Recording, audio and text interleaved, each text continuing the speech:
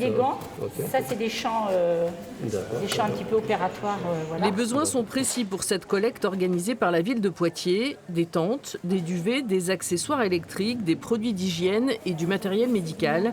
Depuis jeudi, plus de 400 personnes sont venues faire des dons. On n'est pas insensible, on est solidaire.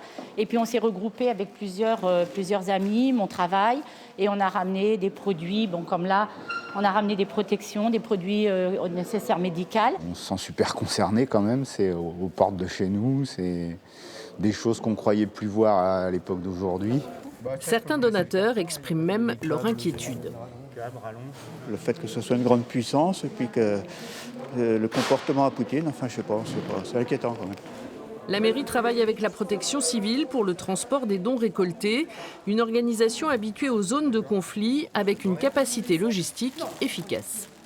Il y a un premier convoi qui est parti jeudi dernier, un deuxième convoi qui part mardi prochain en camion jusqu'à Mignalou qui recense les dons issus de la région et ensuite direction la Pologne puisqu'il s'agit d'aider soit en passant la frontière en Ukraine, soit en aidant les personnes qui partiraient d'Ukraine et arriveraient en Pologne avec les besoins qu'elles pourraient avoir.